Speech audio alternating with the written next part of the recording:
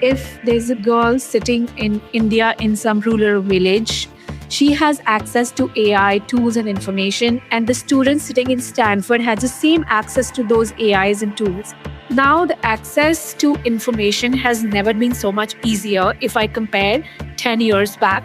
They can literally learn from anywhere as long as they have access to internet, and that is just like so amazing.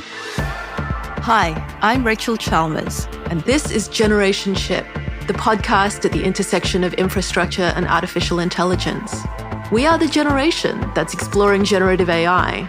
We are a finite group of people with a finite set of resources, and we have to share this infrastructure. We have to find fair and ethical ways to do that. The first generation ship has already set sail.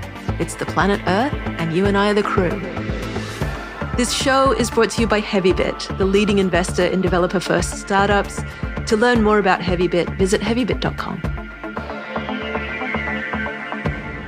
I am thrilled to welcome Navneet Kaur onto the show. Navneet is a global ecosystem builder and founding partner of TechThrive Ventures, a San Francisco-based media and investment firm empowering the next generation of founders at the intersection of innovation and culture. She has launched 7 consumer brands from zero to scale and worked with 200 plus startups from early stage to unicorns, helping them expand into emerging markets. Navneet is also the founder of FemTech India, the country's first and largest women's health tech ecosystem, bringing together more than 300 companies and 450 founders and allies globally. She authored Women's Health Innovation, the first ever FemTech industry book, and hosts Control Alt Thrive, a podcast produced in collaboration with UNESCO that amplifies women's voices in tech and ethical AI. She's a Griffith University alumna and has served as a G20 women's health representative. Navneet, it's such a delight to have you on the show. Thank you so much. I'm so delighted. What a wonderful intro. You've done such a great job. Thank you. Thank you. Why India first? The women's health gap is global. What made you plant your flag there? Yeah, a great question. I always say that about 80% of women globally live in emerging markets, but nearly 80% of health innovation is still built for West, and that is a massive gap. If we broadly zoom into India, especially, this is one of the largest female population in the world, and yet women's health is still deeply underrepresented. For me, this is also personal because I was born and raised in India. I have experienced my own health challenges navigating into the system where I had no education, no understanding about my own health. I think that sort of gave me firsthand insights and experience into how fragmented and underserved the ecosystem is for women. I would say also at the same time, I realized something else that while global innovations were advancing and very few players were building from India for women and or connecting in India to global women's health ecosystem. So there was literally nobody. And while I was just doing my research from consumer space to pivoting into women's health, I think that was the missing bridge. I saw that opportunity and also the gap. And I think that I made a decision that I want to solve from India first, because as I said, India is the largest female demographic power, which is massive. And also build from India and contribute to the global ecosystem and partner with other players to show that what India can possibly offer. It is emerging markets. And also we have the youngest population in the world, which is tech savvy, digitally connected, and open to new health solutions, right? So the infrastructure, talent, and adaptation curve was finally aligning. So for me, India wasn't just obvious choice. I think it was like there was high demand, high need, and the potential is massive.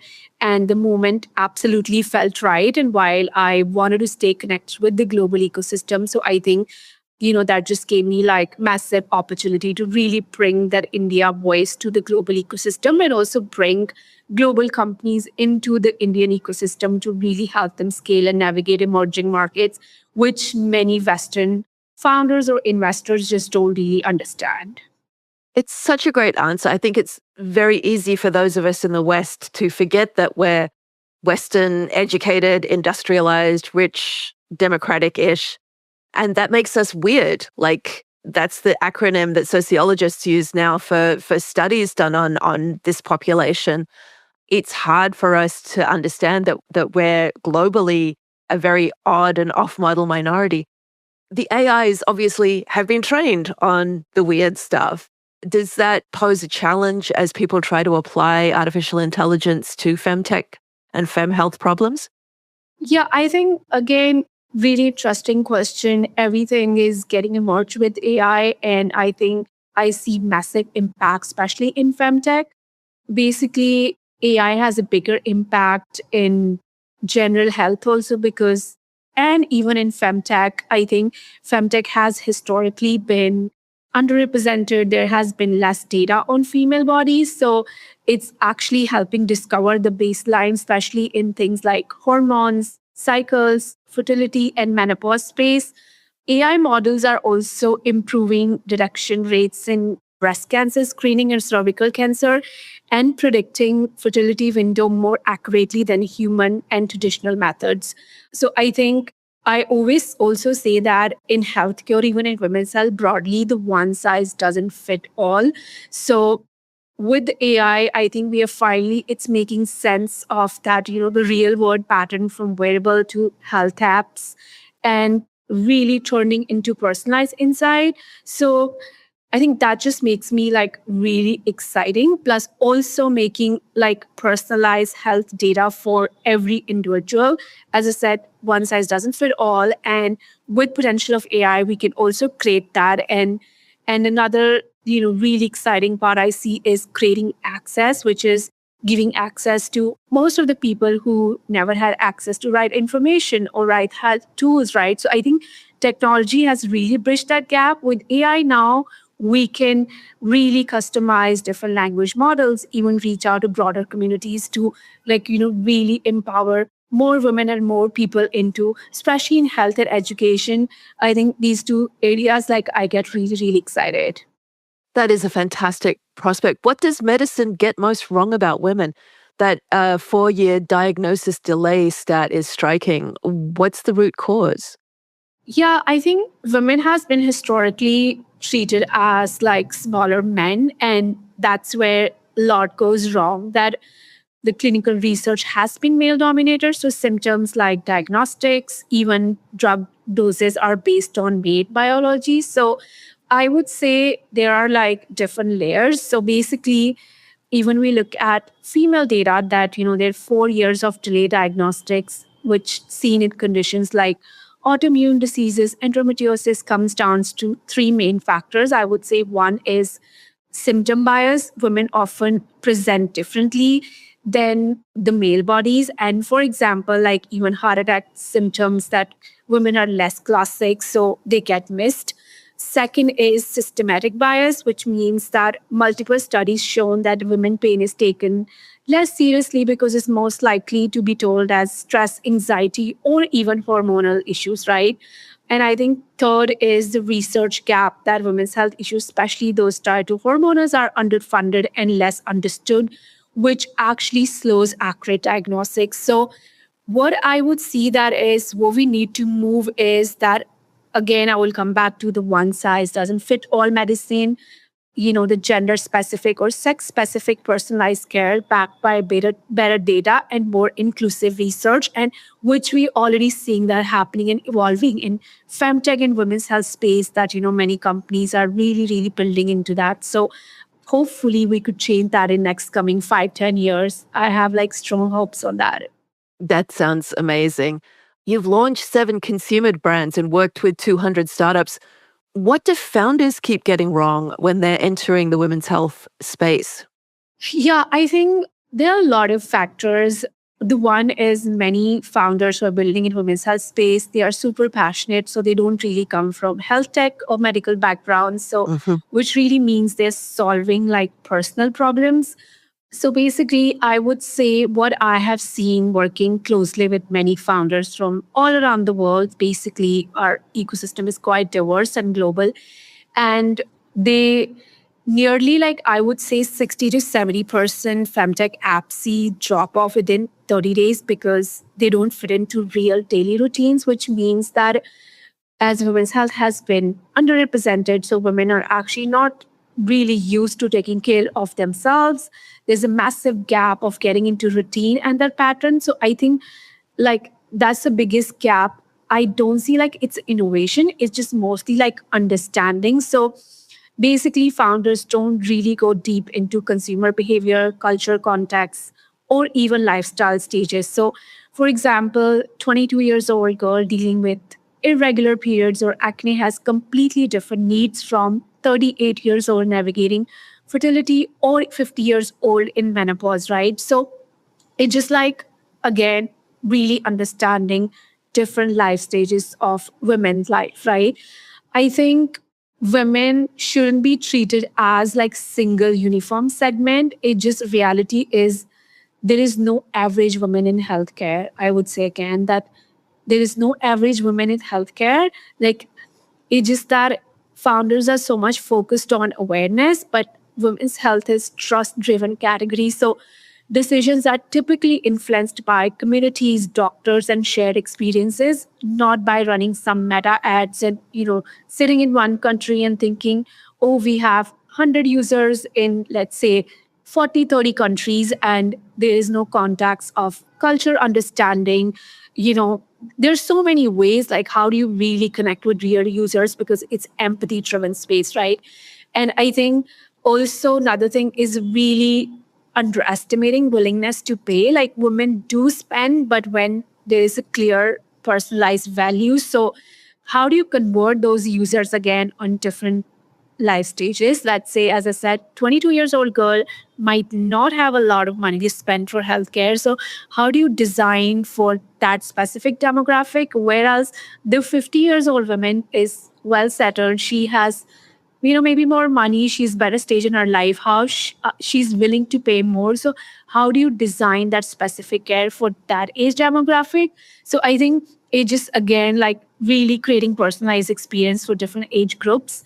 So I would say, I mean, there's a massive opportunity, but like really understanding like consumer behaviors deeply before building. So I would say it's not a one market. Women's health is multi micro market. So just go and talk to as many people as you can before building, like understand not just like consumer pattern, but also like paying behavior, that how much women are able to or willing to spend on that product or technology. So I think that's a kind of missing piece I see. Mostly it's a kind of copy paste model. What is working in another country, okay, let's copy another market. But I would say again, culture context, language, everything just matters a lot if you really want to scale innovations in this space. As I said, there's a massive, massive opportunity for sure.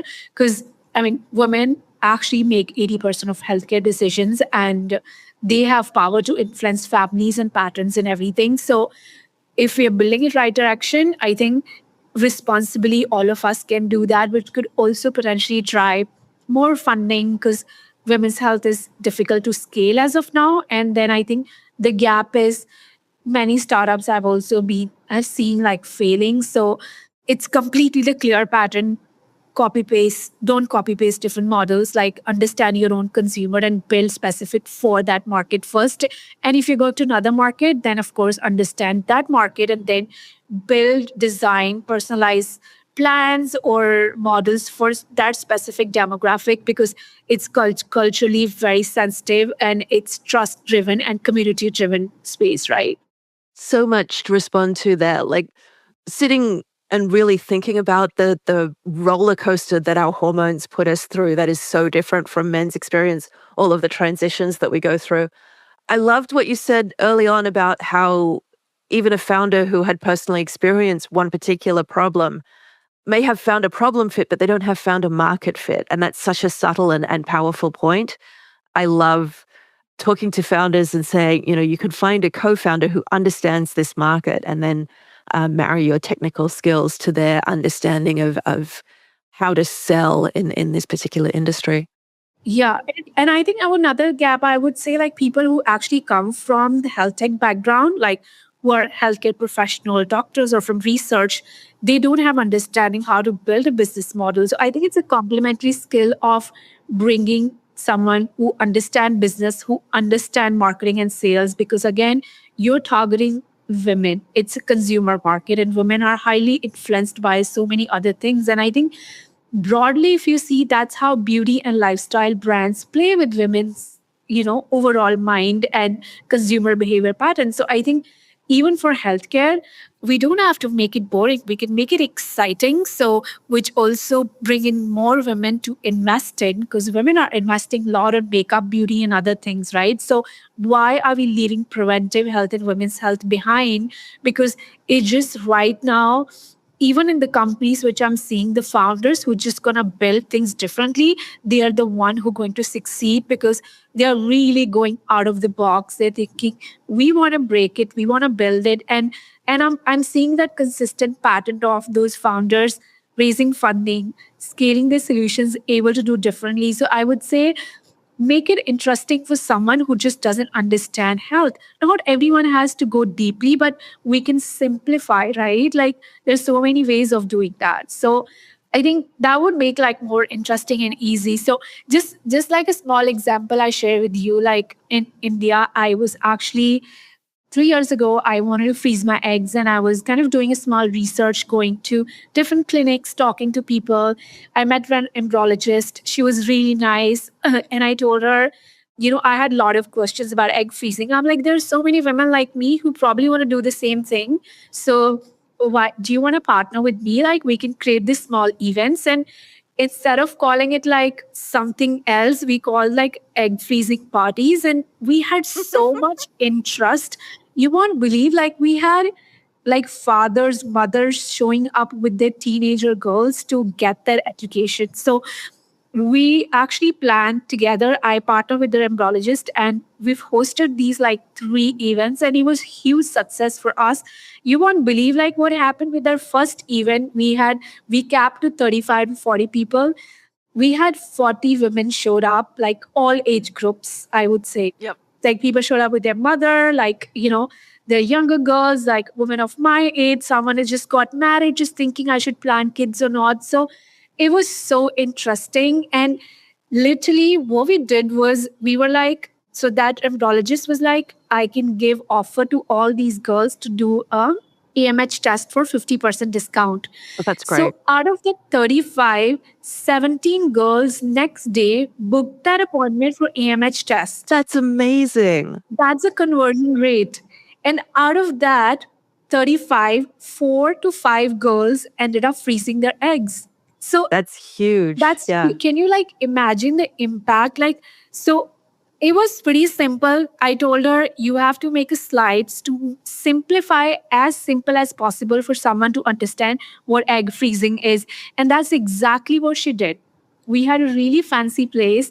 We've had like, I think, great food. And then she was just playing with slides, and then everyone could network with her. It turned out so great. So we just did multiple of it. I was just like, I mean, that's exactly what we need. So there's so many ways of educating, empowering more women. The missing piece is women just don't understand. So where I didn't understand, like there were so many women just didn't understand, and they ended up understanding their own health. So I think again, coming down to that, marketing and consumer behavior and, really connecting with users just makes a huge, huge impact overall. So And it's so stunning that we can even do this. I had my kids before freezing eggs was even a real option. And I remember the feeling of like my due date is coming and I better schedule these kids into my life no matter what. Taking that pressure away from women, letting them use their own eggs at a time that's great for them, that's hugely transformative to how women think about their careers and how they think about their lives. It's such an incredible option to have. And you're right, it's the information arbitrage as people knowing exactly what that process entails that is the missing piece. yeah, because like many women are actually scared. So even just to add another point here, like, countries like India, where we know there is access to less information and, which is so much more need for healthcare literacy and all that. There's so many government scale campus. They do that for women breast screening. So basically, these women actually in villages, they hide their daughters because they don't want them to take a screening because they have no understanding of why her daughter or her need to get a breast screening. And I think that's where the education gap again comes in. We can build so many products and technologies. If we can't empower people, there is no use of that. So how can we create that broader impact is also, I think it's equal responsibility of companies that we need to educate more people about cervical cancer, breast cancer screening, sex ed is like now there's so much conversation, but it's such a missing piece of that. Women just don't even know like what STI test is. Like that's exactly how I started in India. When I was talking to women, I was just like, there's really less piece of information it's missing. And it's not that I'm talking about these are metro city women who are actually, gone to great education. They're working with some of the biggest companies and they have no awareness about their own health issues. So I think that is like a big, big miss piece for me, like overall. Mhm. The mums who hide their children, they're not irrational. They have good reason not to trust the government. The missing piece is the trust, the exchange of information and the social contract that whatever happens to these girls, the government is not going to harm them. Right. That's a really challenging piece. And it's a perfect segue to the next question, which is how did you get to collaborate with UNESCO on a podcast on AI ethics? Yeah, I think another reason the podcast I started was that I wanted to bring these conversations at the forefront. First, when I started FemTech India back in 2022, like there was literally no awareness. Absolutely no one would understand what FemTech is. So I remember going and meeting people, and they were like, FinTech, someone will say something else. So I would just ended up explaining everyone what FemTech term is. So basically, idea was that I think every company media is such a strong element. So I was just like, it's a great way of bringing ecosystem players together. Maybe, it's a great way of marketing it more broader way to reaching out to larger ecosystems. So the podcast really started on women's health to talk about founders, investors, and overall global ecosystem. And UNESCO hosted first ever Gender Equity Summit in Jan 2025, and I was invited there. So there were a global ecosystem. There were around 20, 30 women, and I was the one from India. So I met the entire team there. So we were actually staying in a very beautiful place in Kerala for 4 days. It was such a great experience of, meeting different people and, like learning about what everyone is building in the health tech and broader gender equity space. And the team really loved that vision because they launched last day of the summit, they've launched Women for Ethical AI chapter, which is amplifying women voices to on ethical AI frameworks and even South Asian representation in global conversation. And I was part of the launch as well. I met the team and they were like, why don't you lead these conversations? And I think actually it really happened from there because, anyways, my already mission was that taking India voice globally. So I think we Indians are not really good at maybe like in storytelling way. And also like growing up, I think I didn't had so many role models that I would look up to. So I was always listening to stories and I was just like, why it can't be someone from here? So the idea was to bring not really conversations on lifestyle or beauty or fashion, which mostly give you most views, but then everyone told me not to do that. You should, India is very big in Bollywood, so you should have a lifestyle conversations and all. But I was just like, we are very focused on finance, health tech, like in business and tech podcast. And that has been mission always. And that kind of resonated with the team. So we partner with UNESCO. So it just kind of became like a broader mission to amplify, bringing more voices from the South Asian women who are building in tech, AI, and broader tech ecosystem. Yeah. It feels like an incredibly crucial conversation. And I think you're right that storytelling is so essential to it because, those mums in villages have no more reason to trust AI than they do to have the government. If anything, the risks may be even worse. We don't even know yet. So Well, how do you think about the changes that AI is bringing to femtech, including the risks as well as the potential benefits? Yeah, I think the risk is that, of course, we all know AI is really biased, right? So Mhm. that's why organizations like UNESCO and even other bigger organizations, they're working on frameworks to really remove the bias and implement strategies at larger scale that we don't have such bias, especially people of color. Even if you put any information in AI, it will just give you such a random answers, or so, which is most of, even if you look at most of the childrens are using it now, so we are creating the same system and same patterns for next generation as well. So I think that's a risk factor, that how do we train those models which are inclusive and built for keeping everyone in mind, the kind of future we want to build on. That's where I see the risk, and the opportunities I definitely see. I think, as I said, it has a huge impact on changing, creating access for people in health and education as well.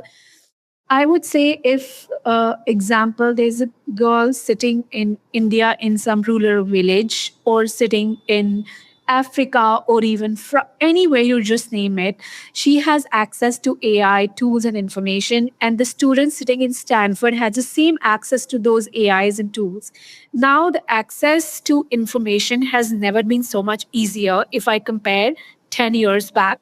So it's just that it depends on that person now who's sitting at Stanford, who's sitting at the village, what they're going to do with that information. And I think that is so fascinating for me now. I'm just like, there is no more bridge anymore that I want to learn something, I can't, because you can. There's so much information now, you can access that.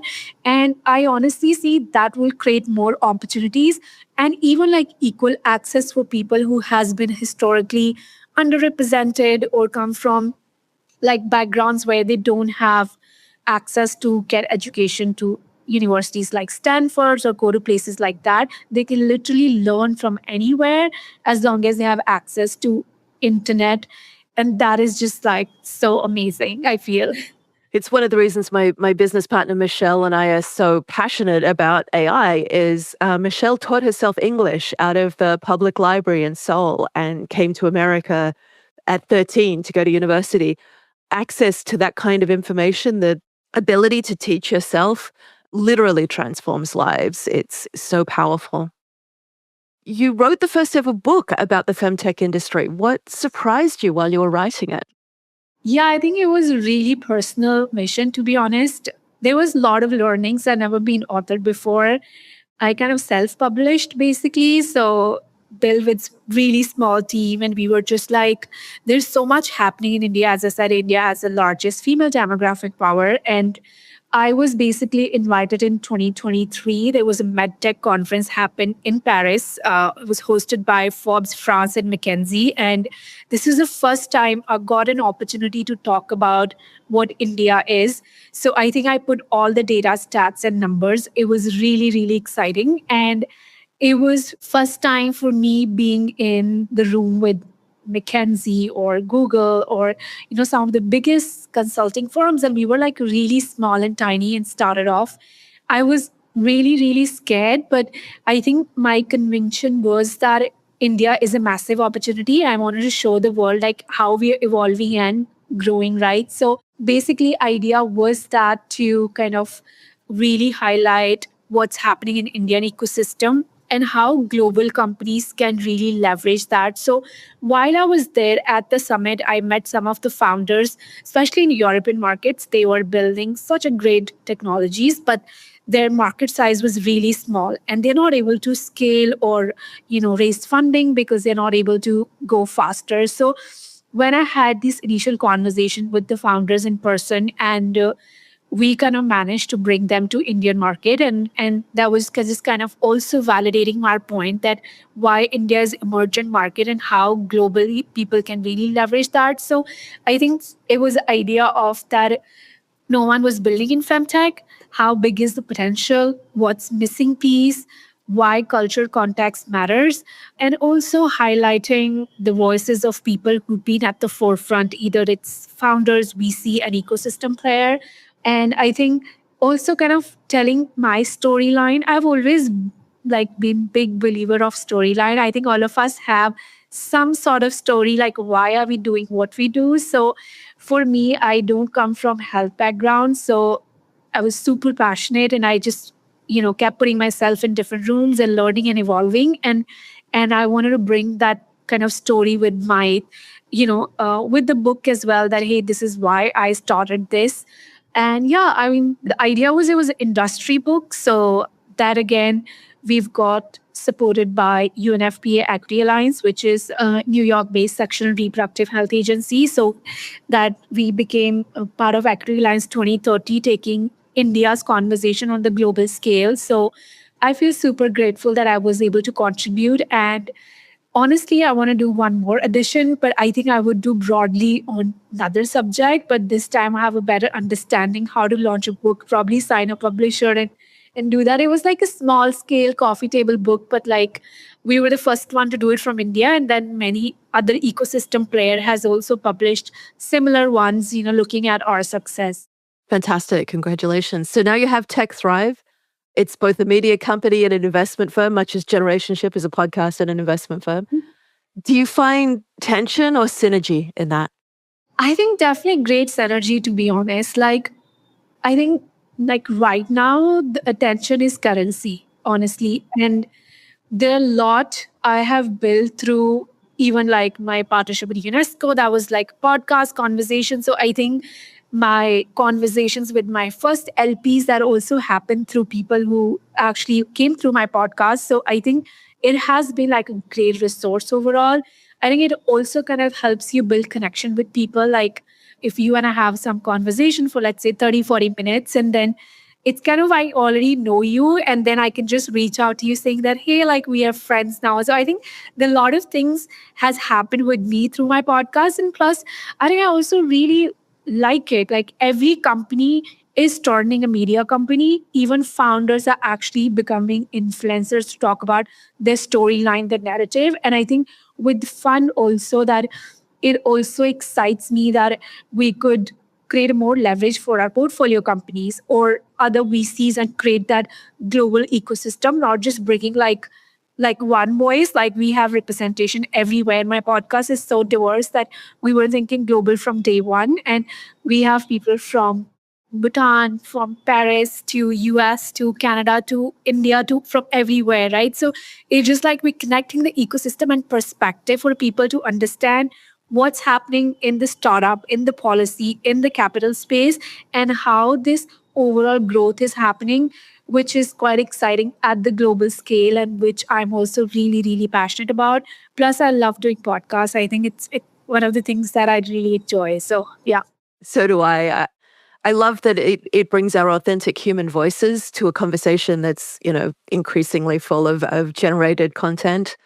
And I loved what you said about attention being currency. When we're educating ourselves, when I'm learning about FemTech in India from you, we're sharing this conversation with our audience as well. So it becomes one of those democratizing opportunities. We're not having these conversations in private anymore. We're building in public. Absolutely. 3 questions I ask every guest. What are your favorite sources for learning about AI? So I actually joined a couple of groups, okay, and it's quite interesting. And these groups were like old people. I met people who are 90 years old, and they were learning about AI tools and all that. So it was so exciting. We used to have these calls every Monday. So I'm not able to join them anymore. So I think like different groups. I love taking online sessions. I think AI is a huge part in my day to day life. I'm like totally dependent on it. So mostly like groups are pretty exciting. And it was also so great. Like it was so cute. Like a bunch of old people who have wealth of knowledge about so many other things. But Listen, we're not over the hill. We're just I mean, in don't a new you? phase of our No, lives. I'm just talking about like there are people who are 95 or 90 years old, and they were just like want to know how to make a presentation, how to do all that. So they were bringing different people from like who are building different AI companies to kind of give a demo, so understanding. So I think yeah, groups and online sessions and I'm using Bodhi these days a lot. I think he's my BFF. So Yeah. yeah, I'm very hooked to that. Yeah. Bordy is a guest on an upcoming episode of this podcast. Oh, amazing. Yes, yeah. Funny story. I actually knew Andrew D'Souza from an investment that a firm I was at made 12 years ago, and we'd stayed in touch over the years. So I reached out to Andrew to pitch him on my fund, and he turned around and said, "No, actually, you should try out this new tool I'm building." So I think I'm like one of the first 1,000 people to have signed up for Bordy. So yeah, we go way back. Yeah, it's great. I love that. I'm like always talking to Bodhi all day, literally. Yeah. Yeah. Yeah, he's amazing. All right, I'm sold on your platform. I'm going to make you Prime Minister of the solar system. Everything goes exactly how you want it to for the next 5 years. What does the world look like in 5 years? Yeah, it's a great question. I think if I would see everything next 5 years goes the way I plan, I see myself building, which I call it like a borderless economy, where geography is no longer a limitation. So basically, at personal level, success is for me simply building system where capital, media, community work together so that next generation of founders, especially women and builders from underrepresented regions, don't need permission to scale globally. With TechThrive, I would say to become a truly global platform that help over 1,000 plus founders move from idea to global scale, not just funding them, but actively shaping category defining companies at intersection of consumer economy and culture. So yeah, I'm super excited. I think I wouldn't be doing anything else. This is absolutely right time to be in the ecosystem and clearly building there. Last of all, your position as Prime Minister comes with a starship. It's a generation ship. It can travel for longer than a single human life, so it's its own biosphere. What will you name your starship? It's this was such an interesting question. I think I love that. I think I will call it Thrive Arc. So basically, it reflects two things that matter most to me. So survival and evolution. So just carrying people forward, but carrying the ideas also forward and cultures and the courage to build again in completely new world, which means arc is represents like responsibility, something that preserves what matters, and thrive is that intent not just to exist in new place but to grow, adapt and build something bigger than what we all left behind. So I think in the context of the word today, ecosystem founders and emerging markets, it would symbolize a ship that doesn't just take humanity to the stars but takes diverse innovators. So the future isn't built by just few, but built by many, I would say. That is a beautiful vision. Navneet, thank you so much for coming on the show. It's been wonderful chatting, and let's keep talking. Thank you so much. Thanks for having me. I'm excited. That's all we have time for today. If you're interested in being a guest, or if you know someone awesome I should interview, hook up with us online. We're available where all fine social medias are sold. This show is brought to you by Heavybit, the leading investor in developer-first startups. To learn more about Heavybit, visit heavybit.com.